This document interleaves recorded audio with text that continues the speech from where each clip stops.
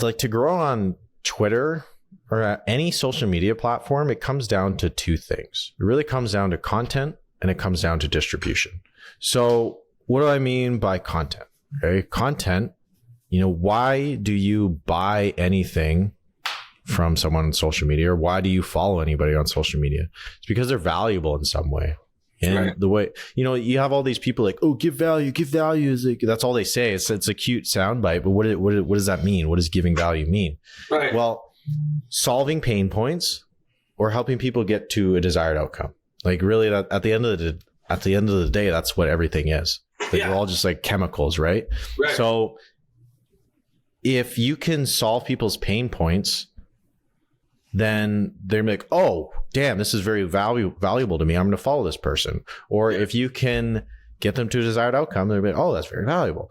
And so the way I think about this is, okay, how can I give information, or like, how can I take my experiences that I've learned and how can I package it in a way that's very simple and easy to understand that people can take action on and put it in action in their own life? Like I'm sure on your podcast, you have many people that are experts and they're giving advice and they're helping people, solve some issue in their life or get to a desired outcome. Right. So the way I think about it is all these people are on Pain Island, and on Pain Island, they got like tarantulas on them. They're like burning. It's just whatever is happening on there. There's no buenos. Warfare. Psychological warfare, dude. Yeah. It's just no fun. And they see the naked European supermodels on Pleasure Island, and they're having a good time. They're chilling. You watch my feed, dude? Yeah, I can see it. But it's like you got these like Pain Island, Pleasure Island, and the way I think about it is, how can your content be the bridge from pain to desire?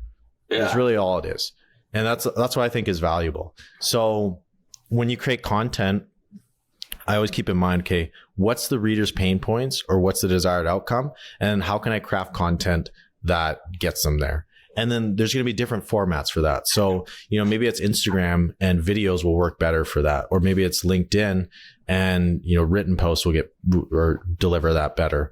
Right. So you really got to keep in mind the psychology of the person and how you deliver it. And then are you on YouTube?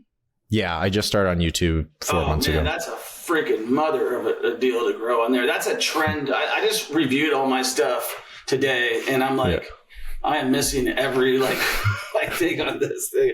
That's like the toughest one to grow, in my opinion. That and Instagram, for me at least.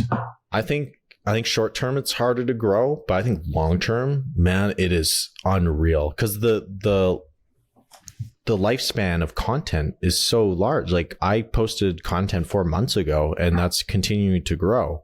Right. And then you think about you have a video just pop off, like a recent one, then they're going to check out all your videos and then all those videos grow a lot more. So I find like at the start, it takes a while, but then once you just nail it, I haven't nailed it. I'm 3 years in and I've hit like one that hit 600,000, but most of my stuff is still like skimps. Like, you know what I mean? Like you look at like 100 views, 800 views, 700 views. And it's like, I know a lot of guys who have like TikTok followings of 2 million, Instagram followings of 2 million. They're like, I quit YouTube. I'm done. Like, I can't get there. Like, and then you look at guys like, Graham Stephan and stuff like that. So it'd be interesting. I looked at your content. It's really good.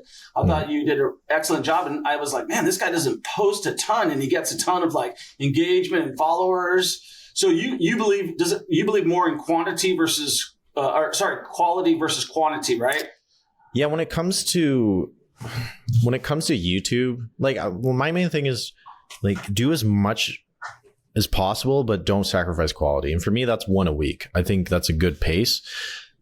One video a week, one long form a week.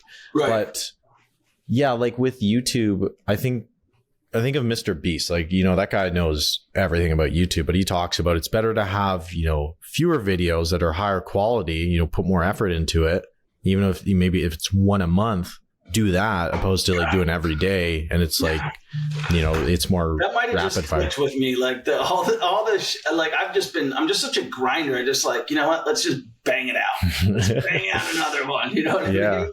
Yeah. Well, it's like you can be more deliberate with it and more focused, and you just like if you take like a little bit more time to think about a headline or a lead or just the first 30 seconds, then it pays dividends because they get more bought in. So I put so much effort into the first minute of my video.